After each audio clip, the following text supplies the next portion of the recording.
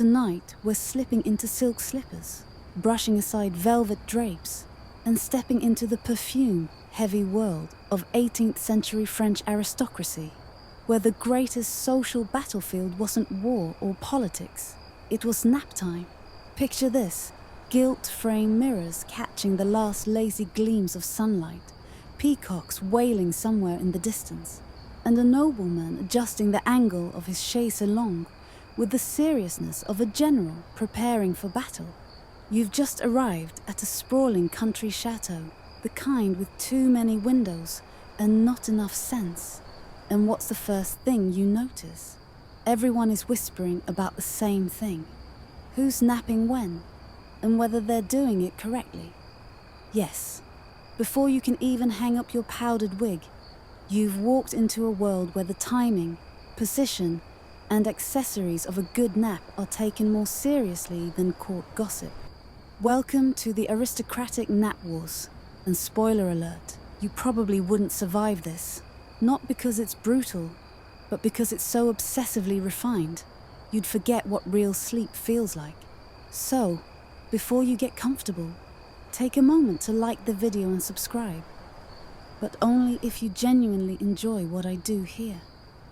Now, dim the lights, and let's ease into tonight's journey together.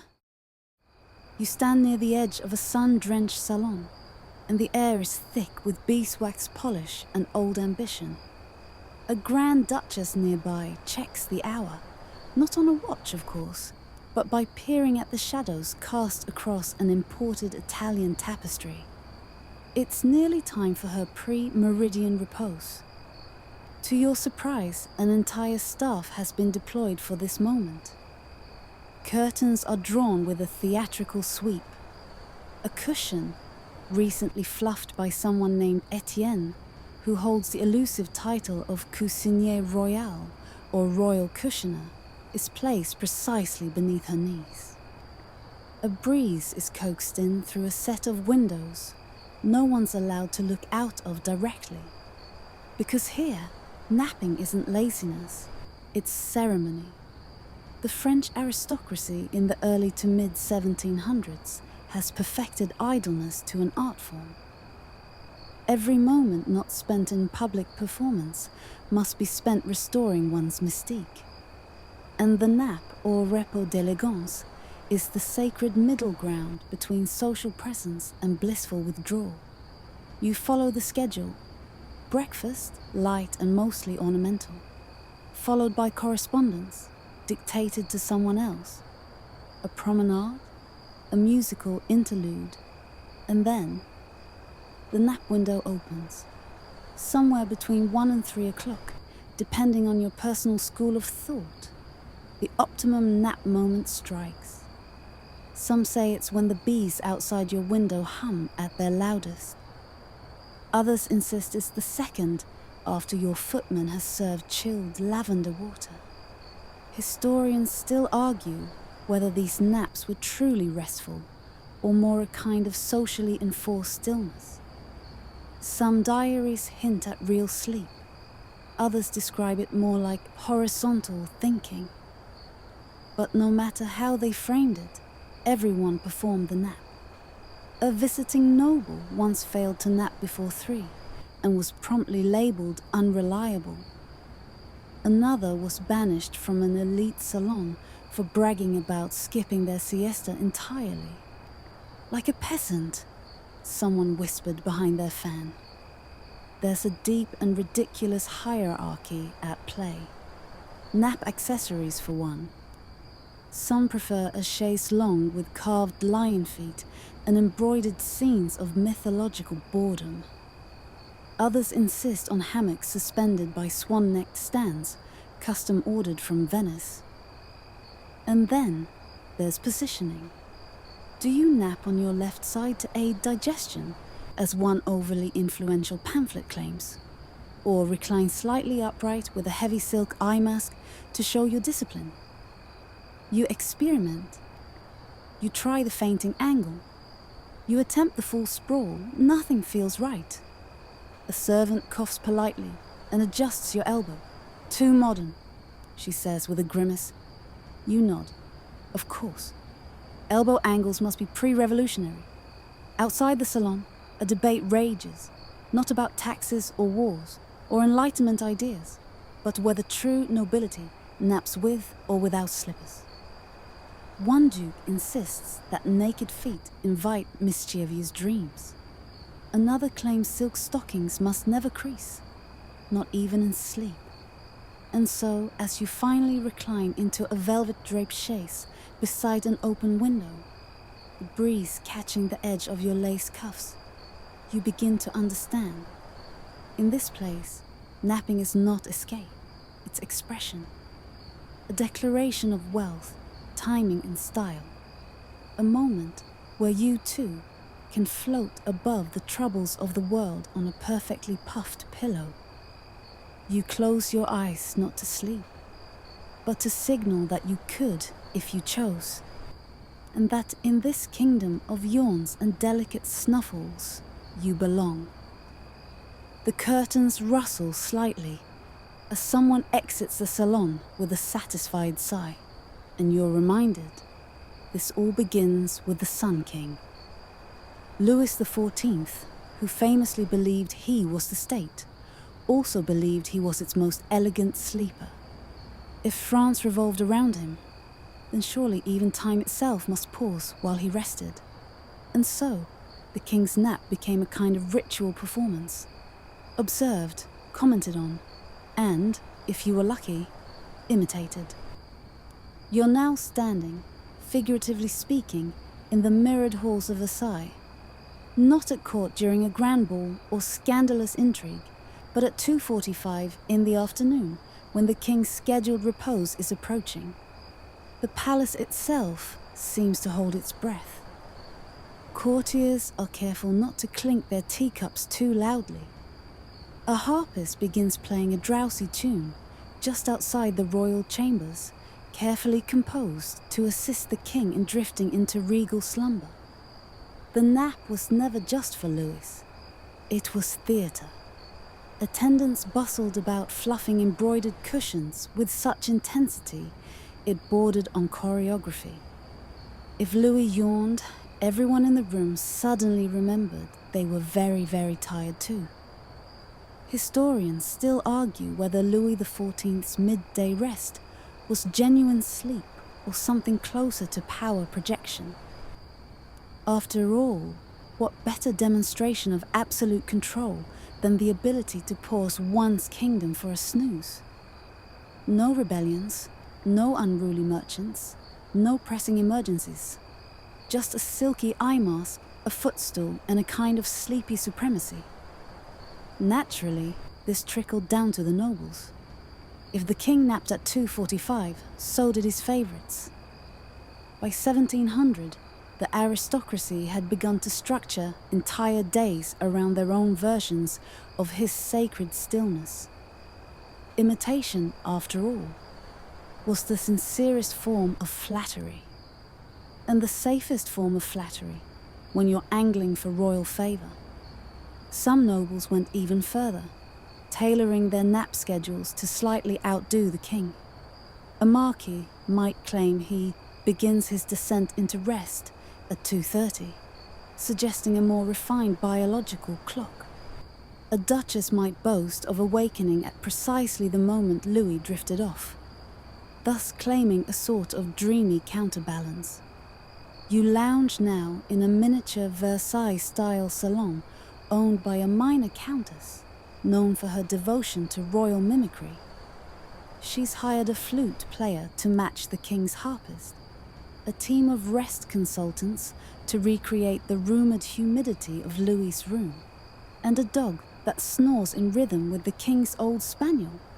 And you're expected to sleep on cue between two bells rung precisely at 2:42 and 2:44. Not before, not after. To miss the window is to insult the entire house. It's exhausting, frankly. There's even a new trend rising among the younger nobles, what you might call nap minimalism.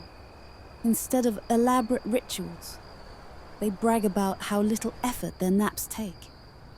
I fall asleep under any canopy, one lord murmurs smugly, sipping chilled pear water.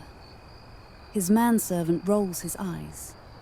You get the feeling he slept standing up while balancing 3 trays before. One fringe detail catches your ear. A few nobles believe that Louis XIV's dreams were part of what kept the country in order.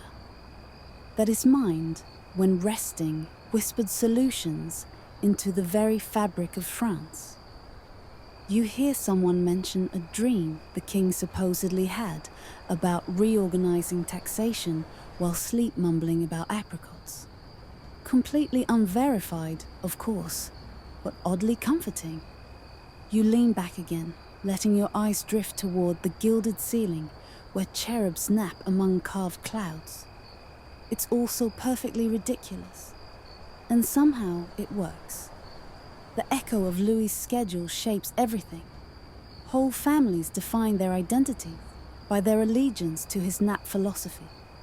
Some even break from tradition just to stir gossip, like the Comte de Malvois, who napped in the dark with no music and reportedly once dreamed of a goose that insulted the Pope. Still, you can't help but be lulled by the rhythm of it all, the consistency, the calm, the sense that everything in this strange, perfumed world can be solved with a strategically timed rest. The king slept, and the world stayed still. You yawn, performatively, of course, and tuck one hand beneath your curled chin, just as the etiquette book from the hallway suggested. You're doing quite well for a newcomer. But as your thoughts drift, you can't help wondering, what happens when the king is no longer the center? What happens when people begin sleeping for themselves? That, of course, comes later. For now, Louis sleeps, and so must you. You stir, only half awake, to the subtle scent of rosewater and disappointment. Someone nearby is sighing far too loudly to be unconscious, and you realize you've stumbled into the next frontier of aristocratic madness, nap positioning as political maneuvering.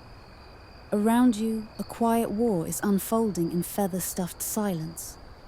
The courtiers are no longer just imitating Louis XIV. They're competing. You sit up slightly, carefully so as not to crumple your sleeve lace, and take in the scene. Every noble here has an opinion on when and how to nap, and they're not shy about sharing it. One baron prefers an exact 37-minute repose. Any more, and you dream. Dreams are gauche, he whispers, holding a golden hourglass.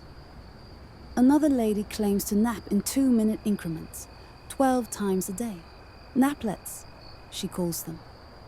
Historians still argue whether this next phase of nap culture was about health, fashion, or something far more cunning. Power.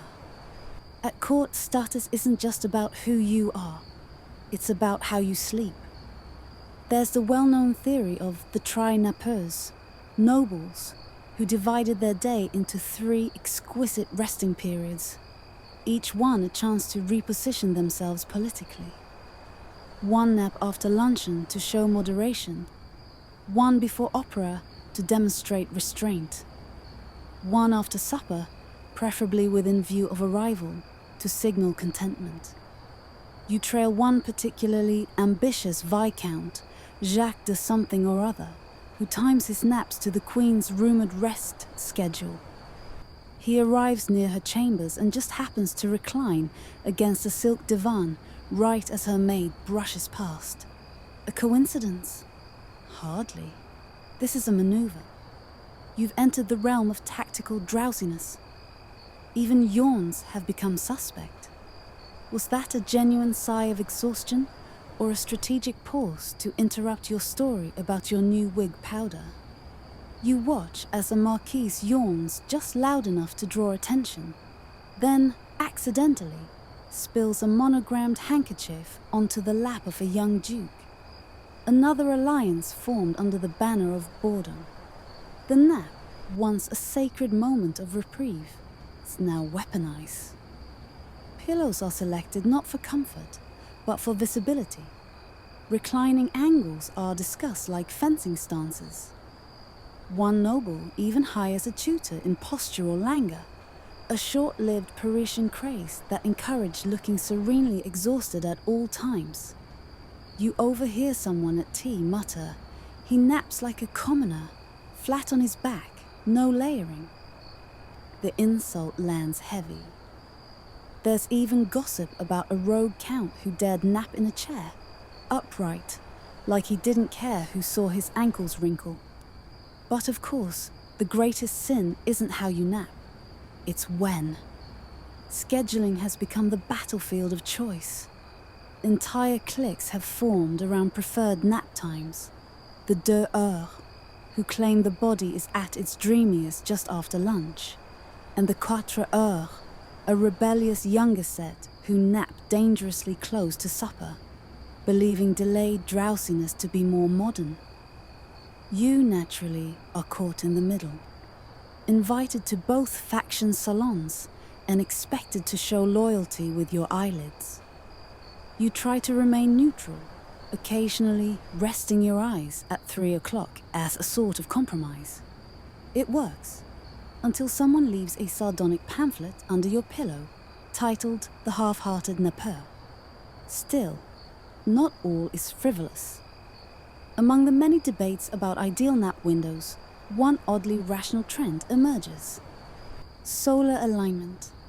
Certain nobles now believe one must nap exactly 23 minutes after peak sunlight, based on studies by a minor astronomer who once mistimed a celestial event and reinvented himself as a sleep coach. You find yourself in a garden, seated beside a stone sundial, while a lady named Victoire measures your pulse and calculates your ideal fatigue onset. She's wrong, of course. You just ate too many candied violets.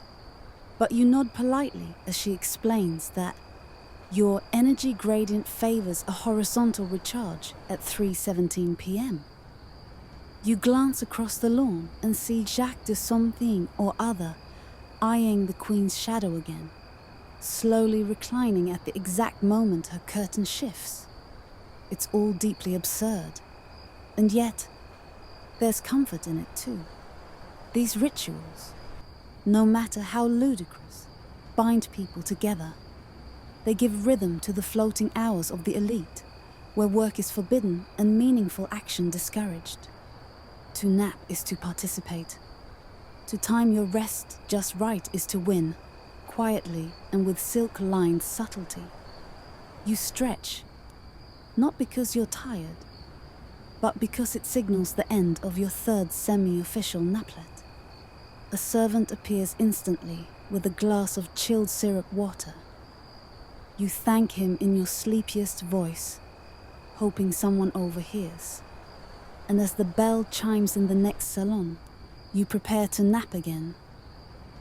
Because in this world, the next power shift happens not at midnight, but softly, gently, right after your third yawn. By now, you've perfected the slow sigh of courtly fatigue. Not too theatrical, not too abrupt. Just enough to suggest that your constitution is delicately attuned to the rhythms of 18th century leisure. Still, the deeper you drift into this bizarrely structured world of noble naps, the clearer it becomes. Timing may be political, but equipment is everything. You're ushered with great pomp into the Chamber of Repose, one of many mock royal sleep salons springing up across Paris. This one, funded by a countess who once fainted from sheer boredom during a harp recital, is devoted to showcasing the most exquisite, custom-built nap accoutrements. And yes, she insists on calling them accoutrements. First, the pillow wars. Forget goose down, common stuff. These nobles rest their noble heads on stuffing made of crushed rose petals, finely shaved cork, or, in one daring experiment, dampened swan feathers wrapped in perfumed parchment. A gentleman beside you claims his pillow was blessed by a silent monk in Burgundy. Another has sewn into his cushion a pouch of chamomile and lavender, replaced weekly by a servant trained in the ancient art de sommeil. You lie down on a tester mattress labelled cloud-like. It is, in fact, made from 8 layers of quilted velvet lined with silk and stuffed with something called alpine mist fibres. You're skeptical. It feels like expensive marshmallow, and yet oddly effective. Across the room, a woman adjusts her somnolent sash, a belt gently weighted with amber to guide the spine toward tranquility. There's a demonstration underway for the latest innovation in napping. A reclining chaise with secret compartments that emit faint harp music when you shift your weight. The inventor bows deeply, his eyes bloodshot from too many overnight sewing sessions. Historians still argue whether such devices were truly used or simply flaunted to impress guests. A few old inventories suggest nobles may have collected these sleep machines the way others might gather rare birds or Fabergé eggs, less for utility than for prestige. And speaking of birds, you're momentarily startled when a white dove is released near the window. It circles once, then settles atop a gold perch.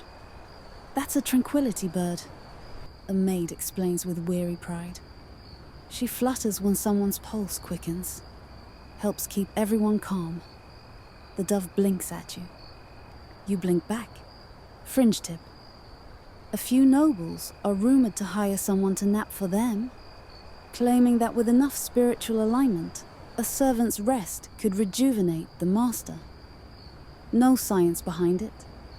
Just the sort of decadent logic that makes perfect sense once you've paid someone to fluff your side pillow. You continue your tour, eyes half-lidded in aristocratic tradition. A servant hands you a velvet-bound catalogue titled Les Équipements du Sommeil, containing listings for everything from sleep turbans to sandalwood foot hammocks.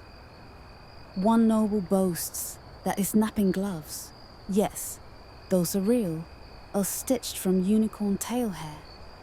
You consider questioning him, then remember you're lying on a bed infused with moonlight dust. So really, who are you to judge? The room hushes as a small troop of rest assistants enters with essential oils. They waft lavender in precise geometric patterns. The choreography is so subtle, so expertly timed, you find yourself drifting into a nap by accident. But no rest for the socially ambitious. Someone nudges you gently. Time to rotate to the cooling alcove, a trend pioneered by the Baron de Gel, who believed sleep was only authentic when taken slightly chilled. You step into a pale blue room, lined with marble, its windows shaded in translucent linen. A light breeze swirls past. There's a bowl of ice scented with mint. It's decadent. It's unnecessary. It's working. Somewhere nearby, 2 nobles debate whether one sleeps better with their head north or south. North, one insists, for energetic alignment. South, argues the other, because the blood flows more humbly. Neither looks particularly humble. And then, of course, there's the music. Not just harps and flutes, but entire soundscapes composed for slumber. One composer presents his latest piece, titled A Gentle Collapse in G minor. It features whispering violins, distant rainfall, and, for some reason, the soft clinking of spoons. Reminds us of tea time, he says proudly. Subconscious comfort. You suppose it's no weirder than the tranquility bird. As you recline once more, settling your ankles at the approved 22-degree angle, you begin to understand the strange alchemy of it all. These people have taken sleep, simple, natural, universal, and transformed it into performance art. But maybe there's something oddly soothing in the excess. After all, you've never felt so swaddled in absurdity. You close your eyes, and the last thing you hear is someone whispering. He's achieving the 5th layer of repose. You have no idea what that means, but you suspect it's flattering. You wake slowly, if it can even be called waking, because here in Versailles, everything is a little bit dreamlike, including the part where you open your eyes to find yourself in a velvet-curtained salon called Le Bureau du Silence. Yes, the silence of Fez. A nobleman in brocade bows slightly, as he informs you that this is the newest innovation in aristocratic nap theory, post-rest evaluation. A whole committee, he explains, has formed around the idea that naps must be not only taken, but curated, like cheese or scandal. And that's where you are now, within earshot of the Committee for Nap Decorum, a rotating cast of courtiers who gather after each sanctioned rest period to gently discuss everyone's performance. You can't help but notice that gently is doing a lot of work in that sentence. The leading member of the committee, a count with rings on every visible finger, clicks his tongue and proclaims, "Your breathing was just a touch too self-aware." You nod solemnly. There is no higher sin here than being consciously unconscious. Another noble is berated for letting their stockings slide down mid-repose. The fold caused visual disharmony, the judge whispers. Someone gasps. Historians still argue whether these evaluations were formal or just a symptom of extreme boredom. Some journals describe detailed scorecards. Others suggest it was mostly gossip disguised as feedback. What's certain is that for a brief few years, napping became a judged sport. You receive a 7.8. You are both insulted and oddly proud. Next to you, a woman in pink silk defends her experimental twitch, claiming it was inspired by a minor Greek philosopher's theory on kinetic dreaming. The committee squints at her. She's awarded a provisional pardon and a sachet of bergamot to encourage future stillness. You're ushered away before things escalate. No need to witness a duel over subconscious movement. Not again. Back in your own rooms, you try to recover from the feedback. Your valet, trained naturally in somnolent etiquette, offers you a menu of nap refreshments: plum syrup, a single chilled grape, or a cube of candied ginger. You choose all three. Nobles aren't known for moderation. With your nerves somewhat soothed, you decide to join one of the lesser-known aristocratic sleep clubs. These small, exclusive circles gather not to nap, but to talk about napping. You attend the midnight dozers, who meet at dusk to debate topics like, does snoring count if it's attractive? Or is it truly a nap if you kept one glove on? Tonight's agenda is a reading of Les Chroniques du Sommeil, a fictionalized journal of a nobleman who claims to have dreamt of Marie Antoinette riding a whale made of whipped cream. The group is undecided on whether the image is soothing or deeply problematic. One club member introduces you to a fringe belief system called the Repose Zodiac. Supposedly, your nap type corresponds with the phase of the moon under which you were first lulled to sleep in infancy. You're apparently a waxing slumberer, destined for brief, effective rest with occasional poetic sighs. It checks out.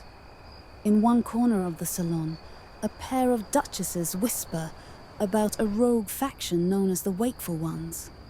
These radicals reject aristocratic nap culture entirely. They drink strong coffee, they walk briskly, they read pamphlets. They're dangerous, someone mutters. They think sleep is normal. You shudder, then yawn, just to be safe. Soon a bell rings, signaling the evening's final rest. You're guided to the gallery of seasonal slumber, a rotating exhibit of nap styles inspired by the four seasons. Spring features a bed of florals and soft bird song. Summer includes a light citrus scent and the gentle hum of insects. Autumn is all browns and rustling silk, like the inside of a very rich scarecrow. Winter, your personal favorite, includes a tiny simulated fireplace and a servant who softly repeats the phrase, "Everything is fine," in 3 languages. You choose winter naturally. As you recline, the absurdity melts into comfort once more. There's something about this world, equal parts ridiculous and reverent, that feels deeply human. This nobles may wrap their naps in gold thread and lavender smoke, but at the core, they want what everyone wants: rest, a little peace, maybe someone to notice how well they're resting, and sure, maybe also a nap score above 8.0. It's the next day, though day is a flexible concept when you're living according to a calendar built around naps. You've been gently stirred by a servant trained in l'art du réveil discret, the art of discreet waking, which apparently involves a spritz of rose water, a feather fan, and a whispered compliment about your cheekbone symmetry. You rise slowly, the way nobles do when they want to suggest that the physical act of waking is beneath them. Today's main event, the highly anticipated napping duel. No swords, no pistols, just 2 nobles, side by side on matching daybeds, each determined to outnap the other in poise, serenity, and atmospheric stillness. Judges watch from velvet-backed chairs, fanning themselves occasionally, whispering scores under their breath. You take your seat among the spectators. A whisper flutters through the room. The Comtesse de Serein is using her swan plume sleep mask. This will be decisive. Her opponent, a viscount with a penchant for philosophical dreams, adjusts his neck pillow, which is embroidered with a quote from Seneca. True rest begins in the mind. There's a gong, they recline, and silence falls. The room grows so still that you swear you can hear the rise and fall of eyelids. An assistant tiptoes by with a silver tray of napping oils, lavender, neroli, and for the daring, distilled magnolia. You are handed a scroll detailing the criteria: relaxation elegance, breathing rhythm, posture fluidity, and of course, aura. Yes, aura. Apparently, certain aristocrats believe that truly elite nappers emit a faint glow, somewhere between a halo and soft moonlight. Historians still argue whether this was metaphorical, or whether some nobles were simply very pale and well lit. Half an hour in, someone sneezes in the back row. The audience gasps. A judge tuts. The duel continues uninterrupted.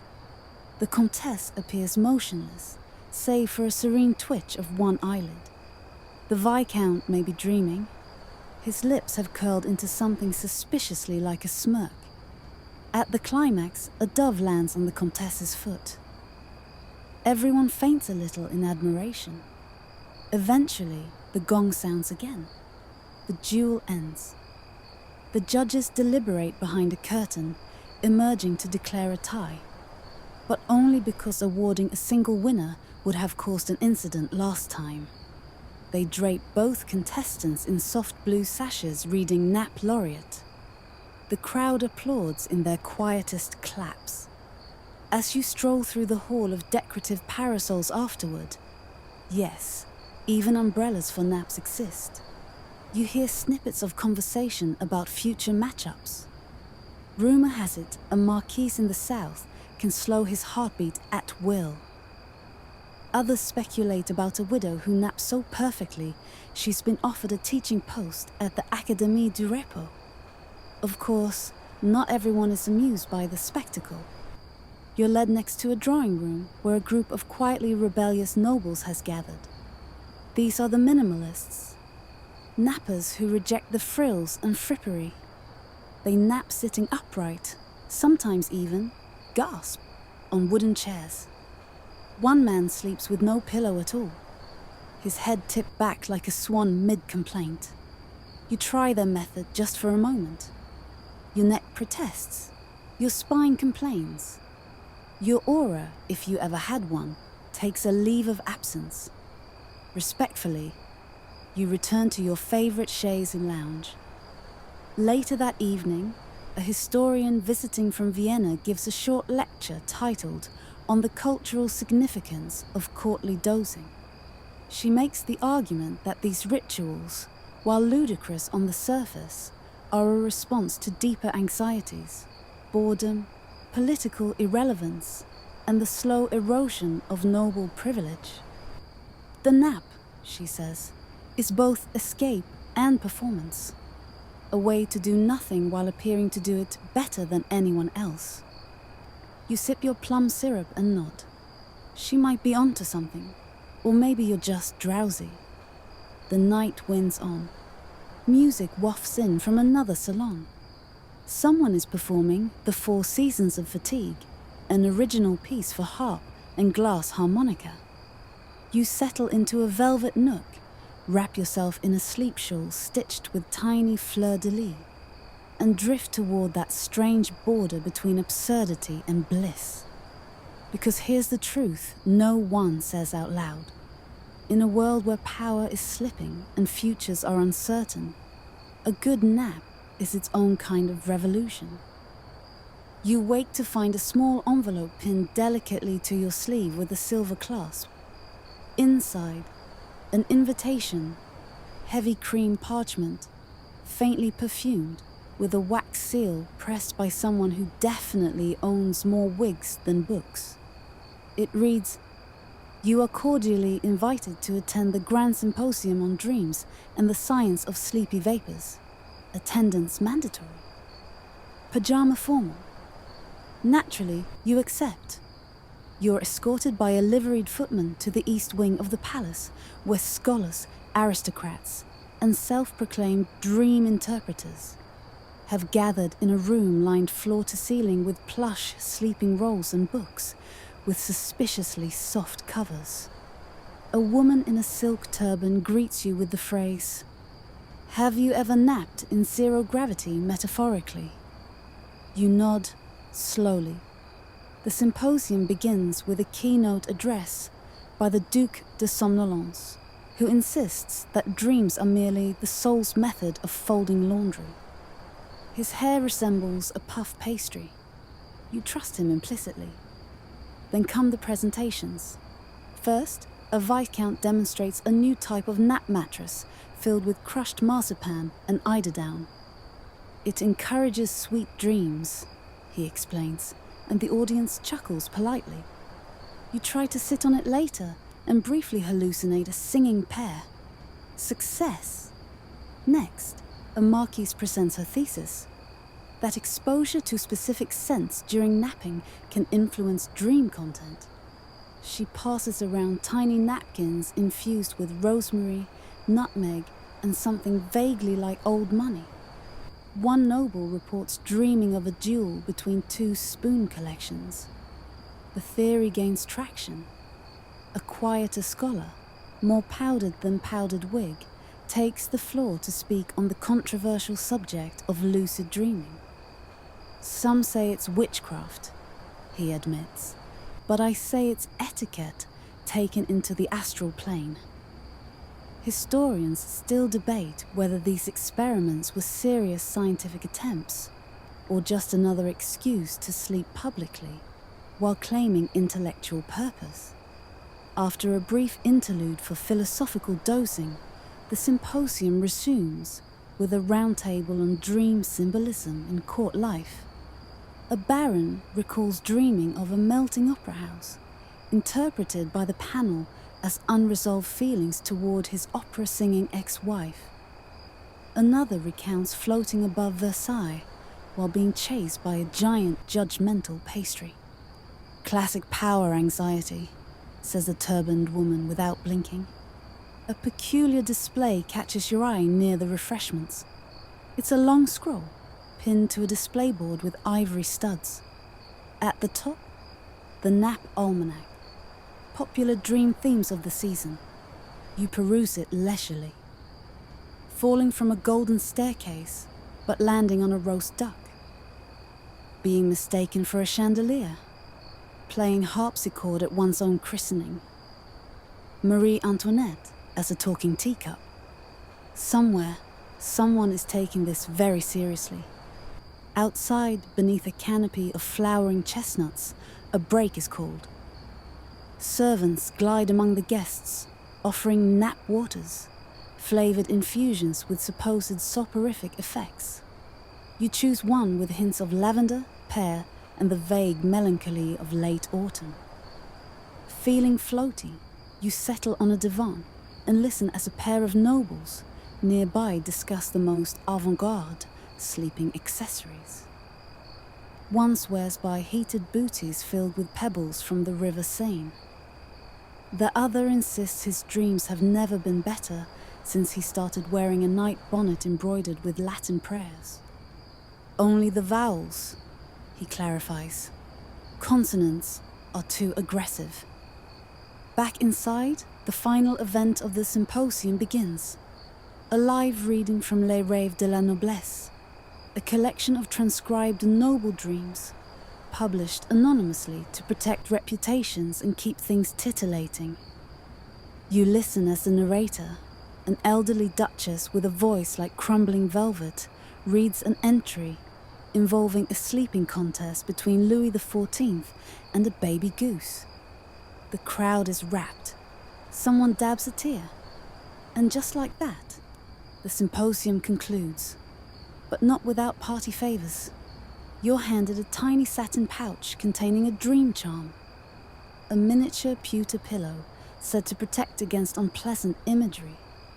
You don't believe in it, but you tuck it under your sleeve anyway. No one wants to dream of judgmental pastries twice in a row. As you exit into the candlelit corridor, you pass a mural newly commissioned by the Duc de Somnolence himself.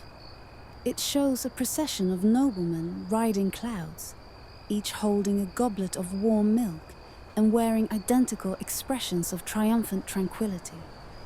There's a small plaque beneath it that reads, "We conquered time by sleeping through it." It's absurd. It's decadent. It's actually kind of brilliant. You exhale, your limbs growing heavy once again. All this dreaming about dreams has you craving another dive into unconsciousness. But not just yet. There's talk of a midnight procession, one that only occurs under a waning crescent moon. And naturally, it begins with a group yawn. You follow the slow procession into the moonlight gallery, though to call it a gallery is underselling it. It's more like a cathedral, designed by someone who fell asleep halfway through the blueprints. Arched ceilings swirl into soft curves, gilded sconces emit a butter-yellow glow, and every window is draped with gauze so thin, the moon filters through like spilled milk. The nobles shuffle in pairs, each clad in ceremonial night robes. There's hushed chatter about dream fragments from earlier. One woman insists her subconscious invented a new species of cat that sings lullabies in ancient Greek. A bell chimes. At its cue, everyone gathers in a great oval room known as the Salon du Sommeil Exquis, the salon of exquisite sleep. Pillows of every imaginable material are heaped along the perimeter, crushed velvet, silk brocade, even goose feather blends imported, allegedly, from geese that sleep upright for spiritual purity. Tonight's event?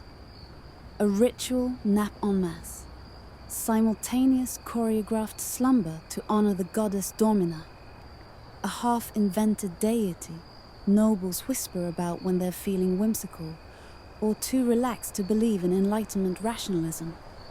You're led to your assigned pillow, delicately labeled with a hand-painted miniature of your own vaguely sleepy face. Someone has taken liberties with your cheekbones. Before the nap begins, a reader recites from the Codex of Courtly Rest, an actual manuscript passed down through generations of extremely bored aristocrats. Let the eyes flutter like petals, he intones. Let breath hum like bees upon silk. You're unsure whether to feel inspired or mildly sedated. And then, silence. Everyone lies down. A gentle harp begins to play. You're not sure when you fall asleep, but at some point, you dream you're being knighted by a mattress. When you awaken, a few guests are still curled up, lightly snoring like drowsy owls. Others sit up slowly, sipping warm spiced milk from crystal goblets. A servant tiptoes past, offering lemon-scented eye mist. You overhear a whisper. The Baron dreamed he was a spoon again. Another voice replies, at least he wasn't a fork this time. A heated discussion breaks out about whether dreaming of silverware implies a desire for servitude or simply good taste in tableware. Historians still argue whether these aristocratic dream theories were sophisticated psychology or just a cover for rampant over-imagination brought on by not enough daylight and too many naps. The nap procession disbands with polite yawns and bows. You find yourself strolling down a hallway of embroidered tapestries, each depicting historical moments, but with everyone asleep in them. The siege of La Rochelle, snoring soldiers in tents.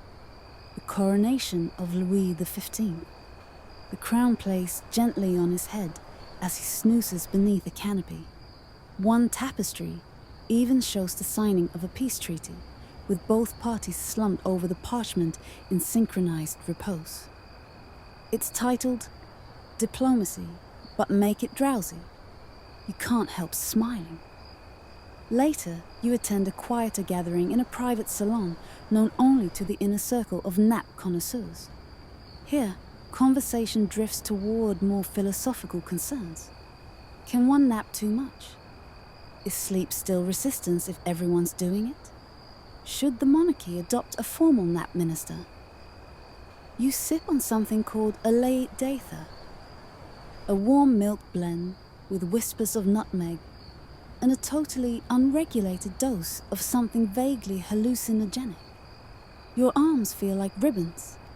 Someone is playing a lute with one string. Someone else is asleep in a drawer, claiming it's a metaphor for containment. A pamphlet circulates, the manifesto of gentle inaction. You skim it. We reject the tyranny of productivity. We claim the right to nap whenever inspiration droops. We believe in dreams as democratic spaces. We refuse to be hurried. Honestly, it kind of slaps. Outside, the sky bruises to dawn. A few guests mumble about the reckoning of wakefulness and shuffle off toward their chambers. The hostess, eyes barely open, thanks everyone for coming and reminds them to collect their personalized dream journals at the door.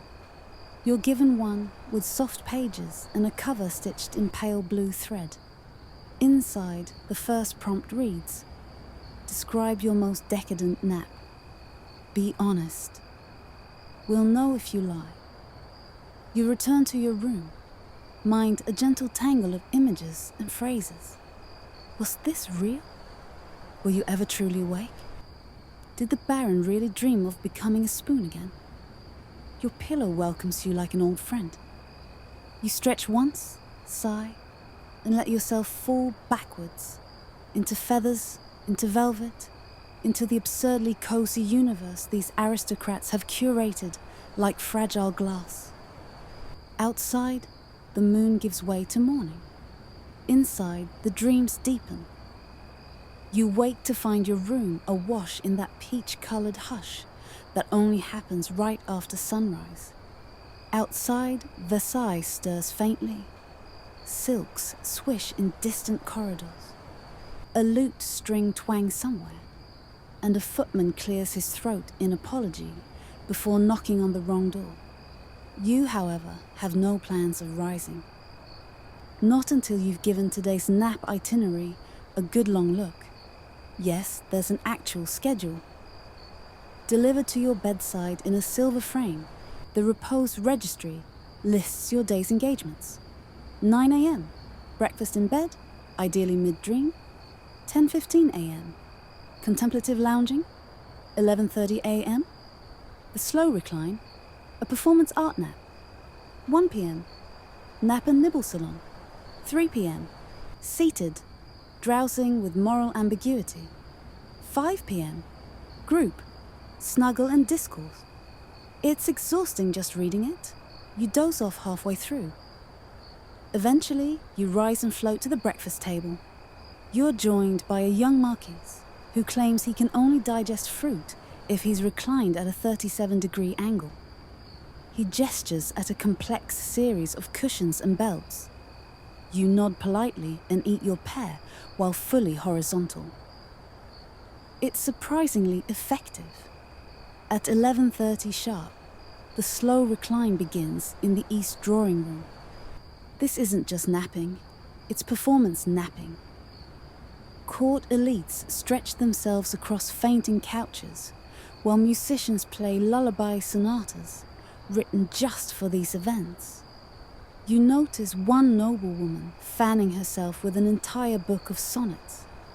Another has a servant reading to her, every word enunciated so gently that it seems to float through the air before landing like a feather.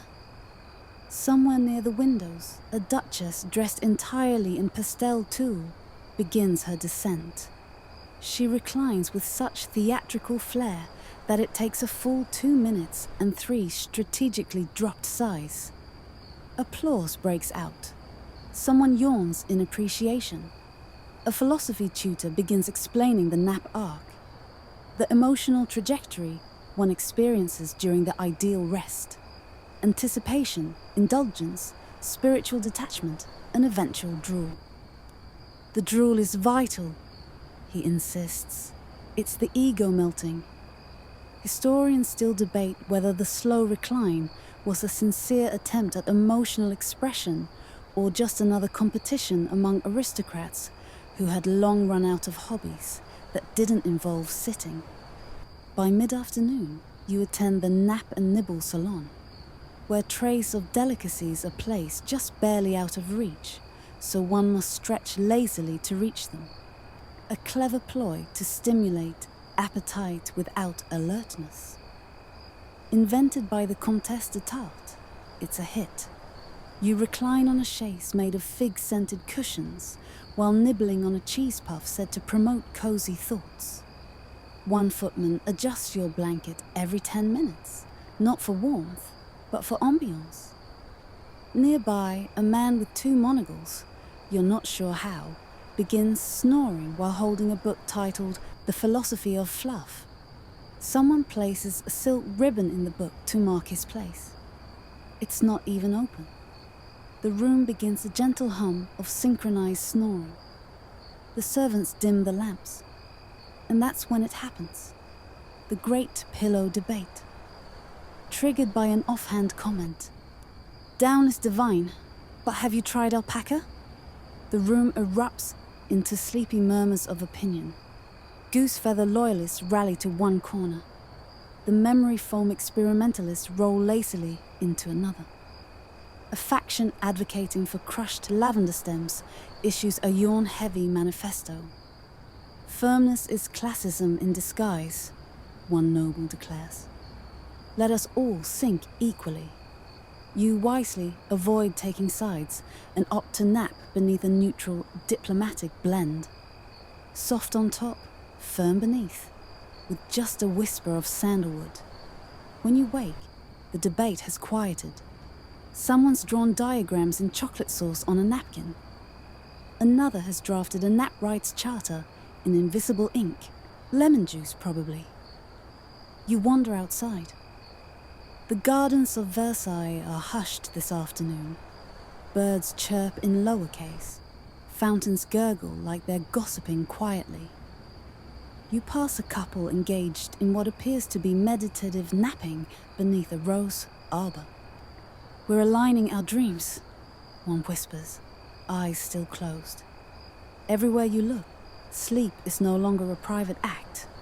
It's performance, philosophy, soft rebellion.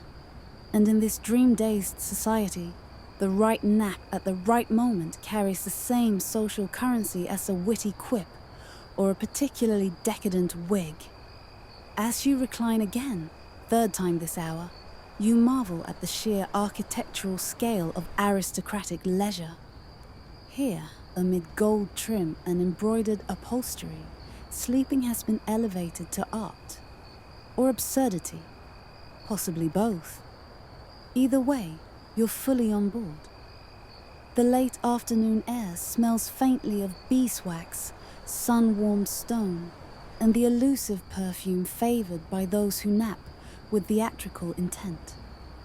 You're summoned, not urgently, nothing here is urgent, to the South Wing's Salon de Somnolence, a dim chamber reserved for nobles who believe that proper rest requires proper discourse. The theme this evening, sleep as diplomacy. You arrive to find several aristocrats curled like commas on velvet chaises, each cradling a glass of vin de sieste, a white wine infused with chamomile, orange blossom, and perhaps a touch of something sleepier still. Everyone speaks in soft, rounded tones, as though punctuation itself has taken a nap. The Duc de Léthargie stands briefly to begin a presentation entitled The Pillow-As Treaty, How Nap Schedules Reshaped Political Alliances. His theory? That when two rival houses agreed on synchronized napping rituals, tensions softened. To nap at the same hour, he says, is to share vulnerability. And to rise, refreshed, is to rise in mutual peace. Historians still argue whether such protocols had any measurable diplomatic impact, or were just excuses to avoid morning duels. You hear whispers of the infamous 1748 sleep accord, where two duchesses resolved a land dispute by agreeing to alternate napping rights in a disputed manor's sunniest room. The final compromise, divided by days of the week, still exists in fragile parchment, complete with sleep logs and embroidered nap kerchiefs. Nearby, a minor baron reads aloud from the doctrine of drowsy statesmanship, outlining 5 principles. 1. Never wake a rival. 2. Offer cushions before council. 3. Yawning is a sign of sincerity. 4. Mutual snoring implies mutual trust. 5.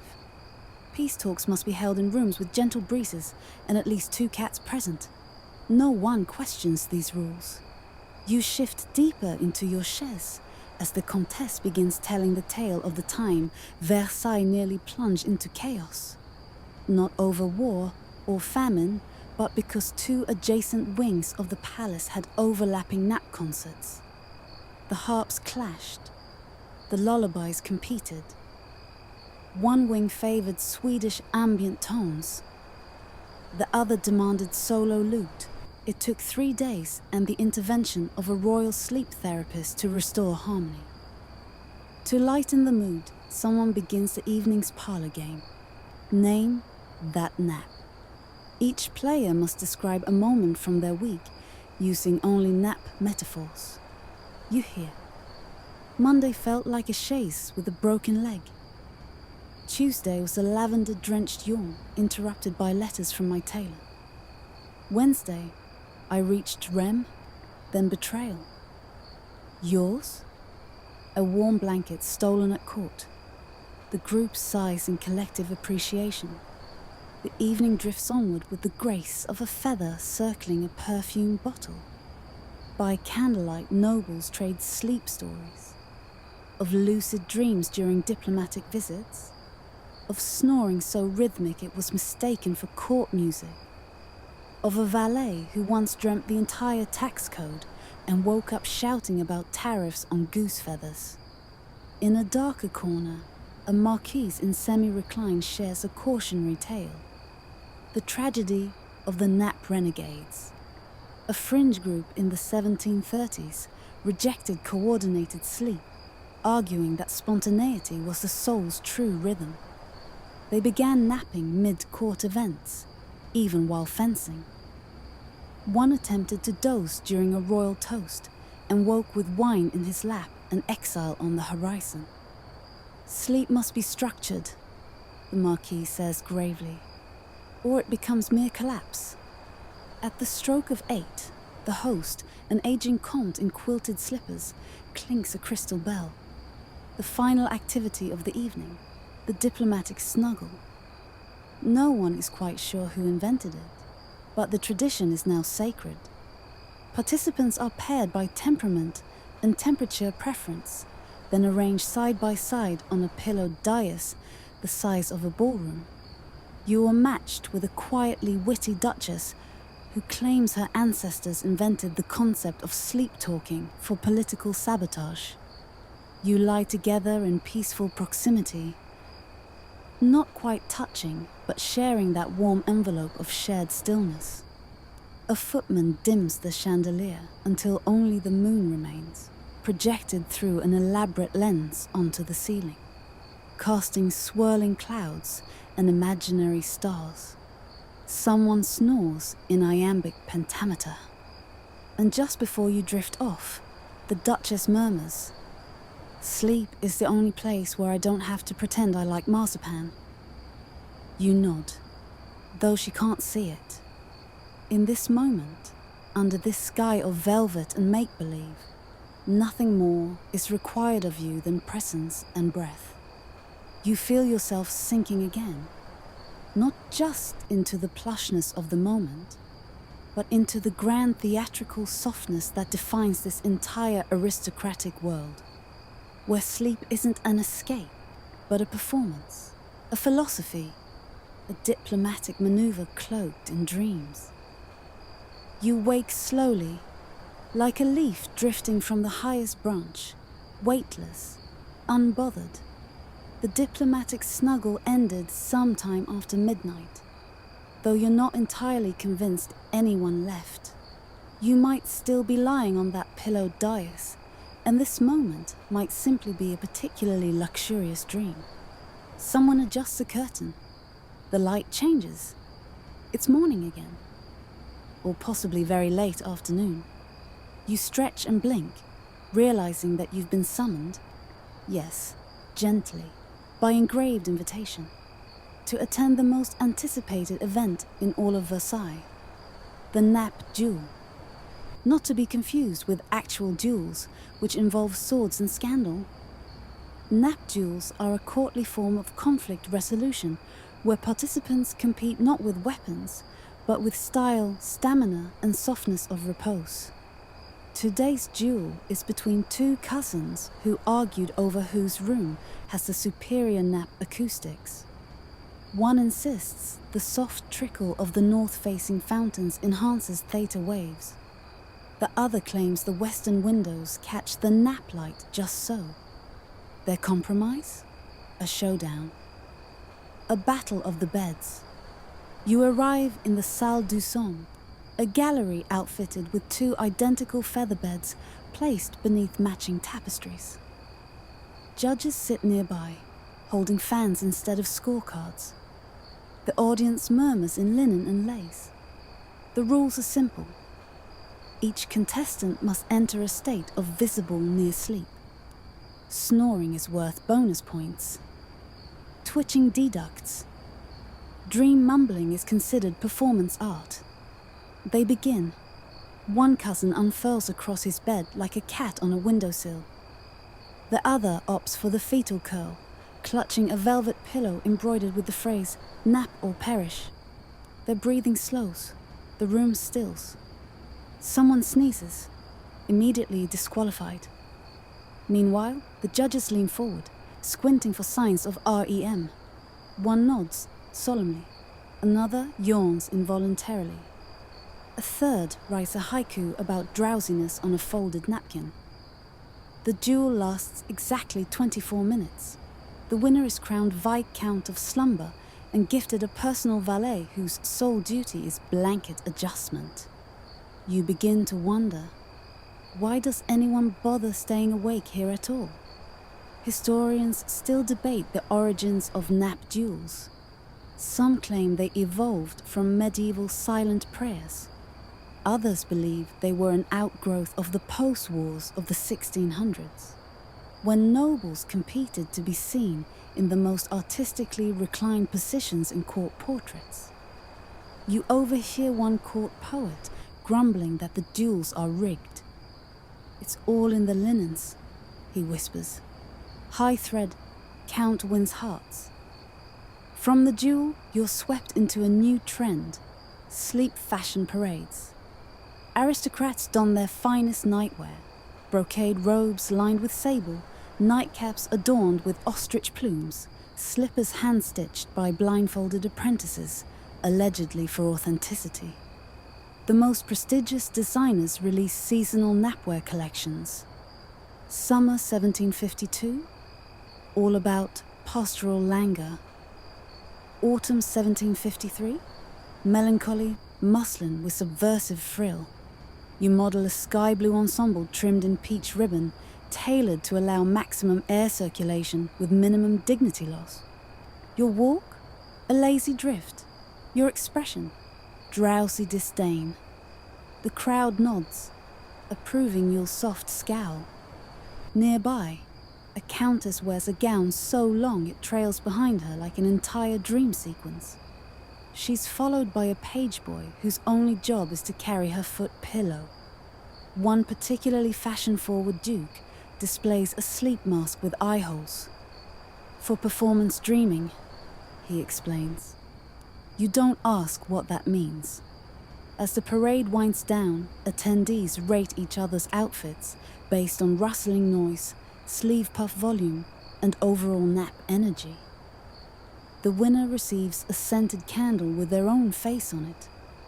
Of course, all this preening leads to inevitable scandal. You pass a hushed conversation between two servants. Apparently, a viscountess fainted after realizing her linen of moonlight robe was actually cotton. The designer fled the palace. The robe? Burned in the garden, then reinterpreted as modern art. Still, for every mishap, there is a triumph. One young noble debuts in nap shoes, slippers with tiny silk wings. He claims they let his dreams fly faster. You try a pair. They squeak, but charmingly. You find yourself laughing more easily now. The longer you remain in Versailles, the more absurd and wonderful it all becomes. This is not a place governed by war or reason, but by whimsy, ego, and the collective need to be adored while unconscious. You pass a parlor where nobles are slow dancing with body pillows. In the antechamber, a valet reads poetry to a stack of folded blankets. And in the distance, a harpsichord plays something so soft you wonder if it's being performed by ghosts. You don't mind. Your eyes flutter. The world tilts gently, like a page turning itself. You're barely awake when you're ushered toward the grand pavilion of restful sciences, an entire wing of the palace dedicated to the academic study of sleep. Naturally, the building is round, softly lit, and carpeted with imported silks, designed to mute even the creak of a surprised slipper. Inside, robed philosophers and hobbyist barons debate the four humours of napping. Some claim a nap's quality depends on bodily moisture. Others argue for cosmic alignment with Mercury's mood. A few simply cite nap vibes, a term no one can define, but everyone nods at. Today's lecture, The Metaphysics of the Midday Doze. You ease into a velvet chair shaped like a half-closed eye. The speaker is the Marquise de Reverie, an esteemed scholar who claims to have dreamt the entire outline of her dissertation inside a perfumed tent during a thunderstorm. Her theory? That sleep exists not just within the body, but in the very architecture of aristocratic life.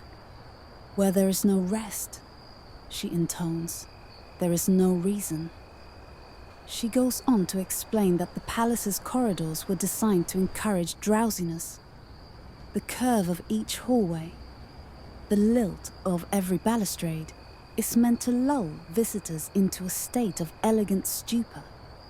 The floor tiles even alternate in shades of blue to evoke a seascape, subtle waves for the wandering eye. Historians still argue whether this was a deliberate strategy or simply a happy accident caused by disinterested architects with low blood sugar. You glance around. Several nobles have nodded off during the lecture, including one count whose wig is now sliding gently to the side. No one minds. In fact, it's seen as a compliment. Falling asleep during intellectual discussion is considered a mark of refined taste and serene trust in the speaker's voice. Later, you join a group experiment, the group yawn study. A dozen participants are seated in a circle. One yawns, then another. By the fourth round, it's unclear whether you're mimicking or genuinely tired. The data? Immaculate. The outcome? Everyone agrees to reconvene next week, but forgets by dusk. You pass through a gallery of failed nap inventions. The clock of soothing bells that only rang during REM cycles and woke no one. The weighted tiaras that allegedly promoted restful posture but mostly caused neck injuries. And the infamous snoozing chair that rocks backwards, which caused several dignitaries to tumble elegantly into parlor fountains. One particular exhibit catches your eye, the napograph, a device intended to measure the quality of dreams through scented smoke rings. The aristocrat who funded its invention insisted his dreams smelled like old parchment and licorice. His valet remembers it differently. Mostly just candle wax and disappointment. Wandering deeper, you reach a room known simply as the Whisper Vault. Inside, hundreds of scrolls are archived. Personal naplogs, annotated with entries like, "Dreamt of a talking swan, rather smug. Possible omen? Felt myself dissolve into soup. Woke up thirsty. The king smiled at me in a hallway. Lightly imagined. You're encouraged to contribute your own nap report. You write in uneven script. Dreamed I was a cushion at the opera. People applauded upon sitting. A steward reads it, nods gravely, and stamps it with a gold seal. Certified drowsy excellence. As you leave, a noblewoman corners you to ask a serious question. Do you think dreams leak between minds if we nap too close together? You reply quite sincerely. Only during full moons, and never before tea. She seems satisfied. In the final chamber, a group of sleepy monks chant lullabies in forgotten dialects. Their goal? To recreate the soundscape of ancestral sleep. You close your eyes, hearing echoes of medieval rustling, soft thunder, maybe even a distant cow. You begin to drift, but are nudged gently by a servant carrying a tray of waking confections. Tiny candied rose petals meant to ease the return to reality. You nibble one.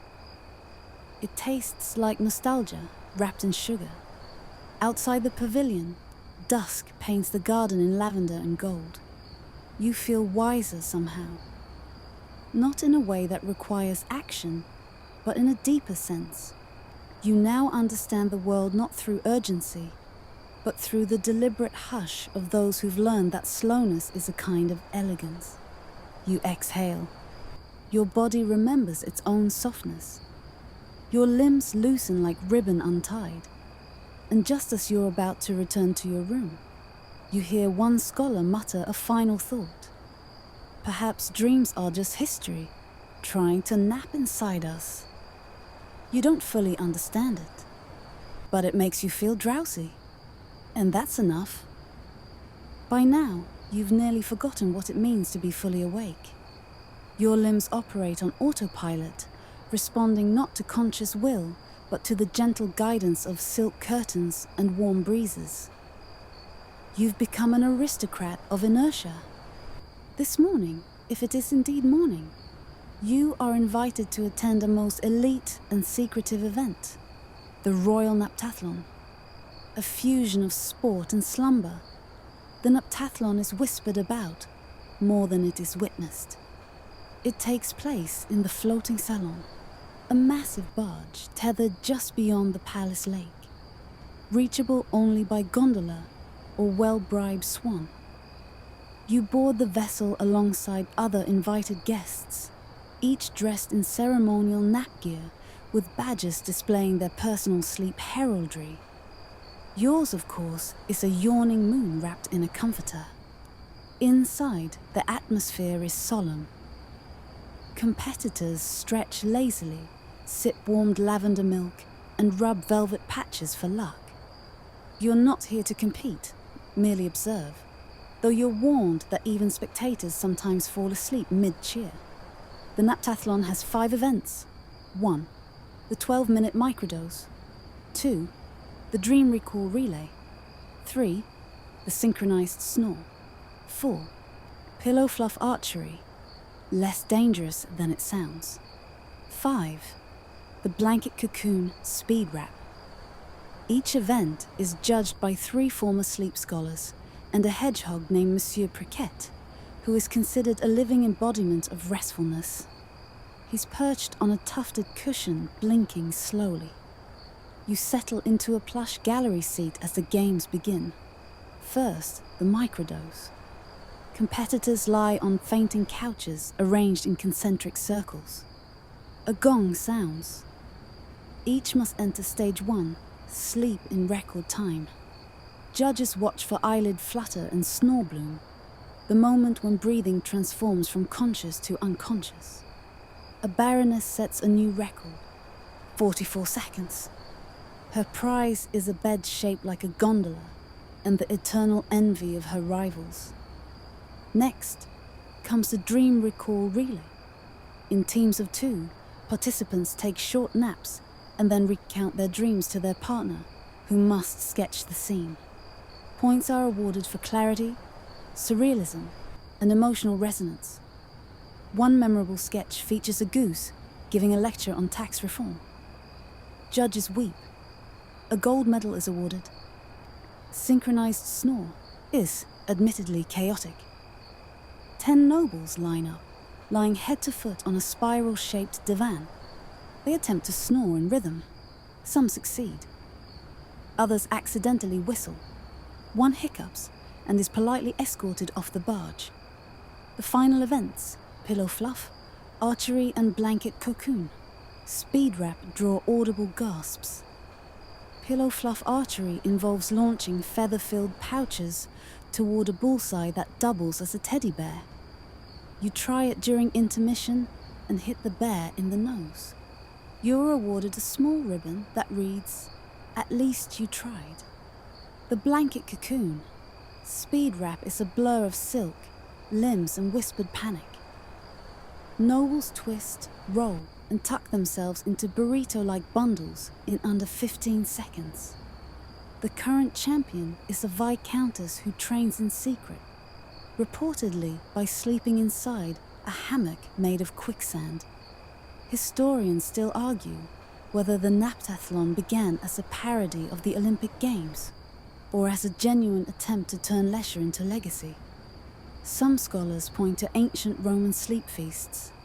Others blame an overabundance of idle nobles and an underabundance of things to do. Once the events conclude, a quiet award ceremony follows. Medals shaped like eyelids are distributed. The hedgehog receives a rose. Everyone claps, but only very gently. You return to shore with a soft sense of triumph, even though you did nothing but spectate. In Versailles, observation is participation. Later that day, you discover that one duchess has published a pamphlet on sleep aesthetics. It suggests that the ultimate nap occurs under a linen canopy, with one foot exposed to the air and harpists playing in a minor key. She ends her essay with the phrase, "The soul reclines before it ascends." You're not sure what it means, but you find yourself quoting it repeatedly over the next few days. By now, your inner clock no longer ticks, it sighs. You live by candlelight and instinct. Your dreams are full of powdered wigs and whispering chairs. And as you prepare for your evening rest, a valet asks in total sincerity, "Would you like the soft snoring track with or without distant thunder?" You choose both. You awaken, slowly, naturally, without the cruel aid of a bell or bird, inside a sun-dappled chamber known as the Salon of Gentle Risings. It's designed for one thing: waking up with the grace of a sunrise and the self-delusion that you've accomplished something merely by opening your eyes. A soft quartet hums from behind a screen. They're playing what's referred to as nonchalant baroque, music specifically composed to neither motivate nor depress. Somewhere between a sigh and a shrug, in C minor, your valet appears bearing a tray with the 3 recognized wakeful elixirs. 1. Violet fog, distilled from dew and daydreams. 2. Sleepy fire, spiced milk infused with cinnamon and alleged phoenix breath. 3. Common coffee, but only if you're feeling reckless. You choose the violet fog naturally. The taste reminds you of a scented letter you've never received but feel nostalgic for anyway. Today's Palace Talk centers around a new fad: strategic partial sleep. According to the Duc de Nublo, true efficiency lies not in one long nap, but in 15 nano-rests scattered through the day, one for each muscle group. You watch as he drapes himself over furniture like a languid octopus, muttering, "That was my forearm nap." Now, the clavicle. Historians still argue whether this was based on any science or simply a clever excuse to lie down mid-conversation. Curious, you attend a workshop in the North Wing, advanced dream layering, taught by the famously reclusive Countess de Sommeil. She claims to dream inside dreams and once took a nap that lasted 3 days, during which she solved a crossword, wrote a novella, and settled a family estate dispute, all subconsciously. Her method? Spinning slowly on a fainting carousel while listening to rainfall recorded in Latin.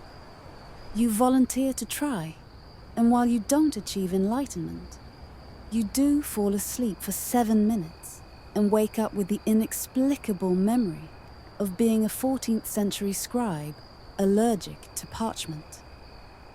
You're told this is progress. Afterward, you're invited to the library of half-waking thoughts. It's a spiral tower stacked with notebooks full of pre-dream ramblings and liminal scribbles. Things people think as they doze but forget upon waking. You leaf through one entry. The moon wears shoes when it dances.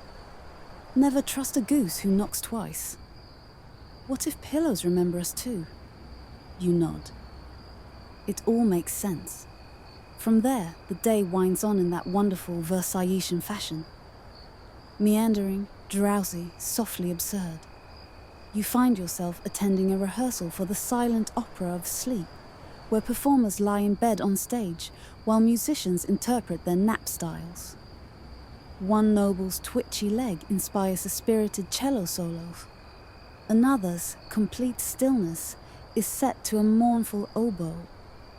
You meet a young noblewoman known as the Marquise de Minuit, famous for her sleep fashion manifesto. She claims that one should never nap in the same garment twice, lest the dreams grow repetitive. Today she's dressed in a robe made entirely of lavender sachets. You compliment it. She replies, "Thank you. I'm hoping for forest dreams tonight." Later, you pass a corridor filled with mirrors tilted at odd angles, not for vanity, but for the study of post-nap expressions. According to recent theory, a person's face upon waking reveals their truest self. You catch your reflection, pleasantly rumpled, eyes full of clouds. You approve. Dinner is served as usual at twilight, but no one speaks above a whisper. The menu consists entirely of food designed not to wake you up. Tea cakes that crumble like dreams. Soup warm to the temperature of a bath. Cheeses aged in silence. One baron falls asleep mid-bite and is quietly applauded.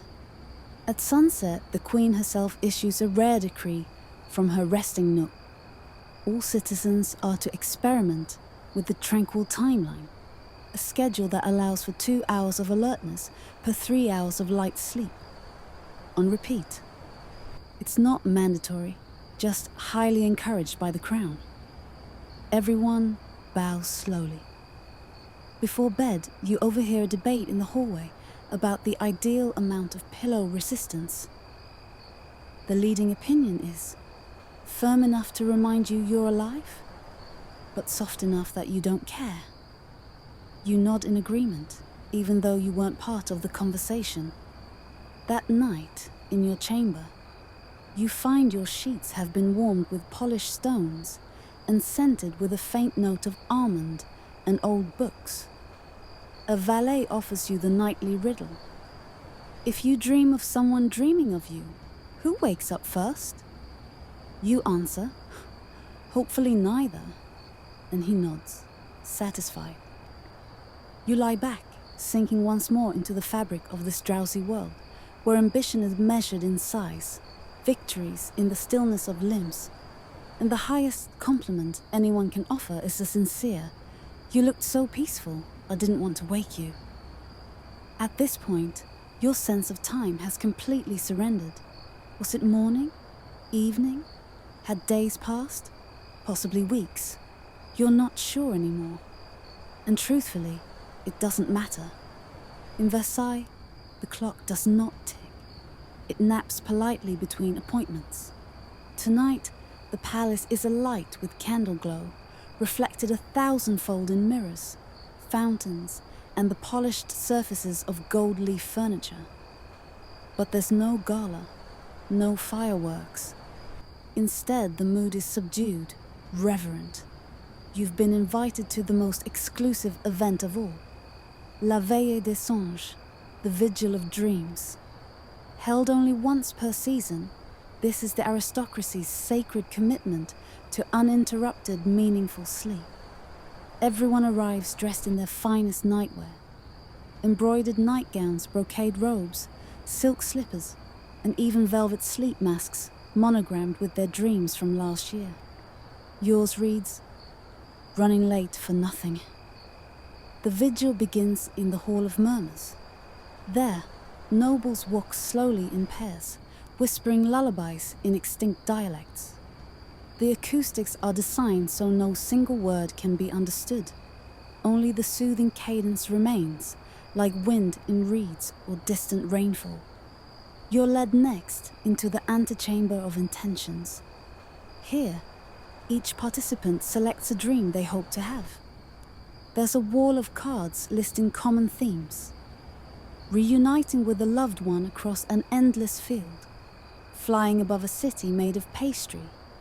Solving a mystery involving a talking ferret and 3 locked doors. You choose, wandering through a library where the books read you, and drop your card into the dream basin, where it's ceremonially sprinkled with stardust.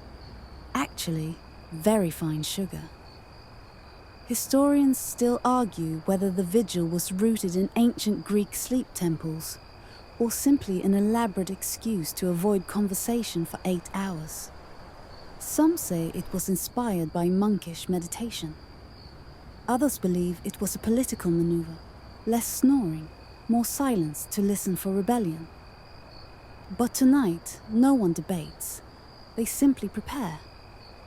The main chamber is a marvel of sleepy engineering, a vast rotunda, lined with hundreds of low-slung divans, each angled toward a massive domed ceiling painted to look like a twilit sky. The illusion is so convincing you feel cooler just looking at it.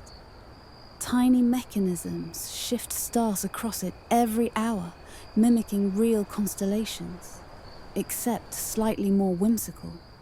One cluster clearly resembles a duck in a top hat. You find your place beside a snoring marquis and a duchess who's already half asleep, her hand still inside a pouch of sugared almonds.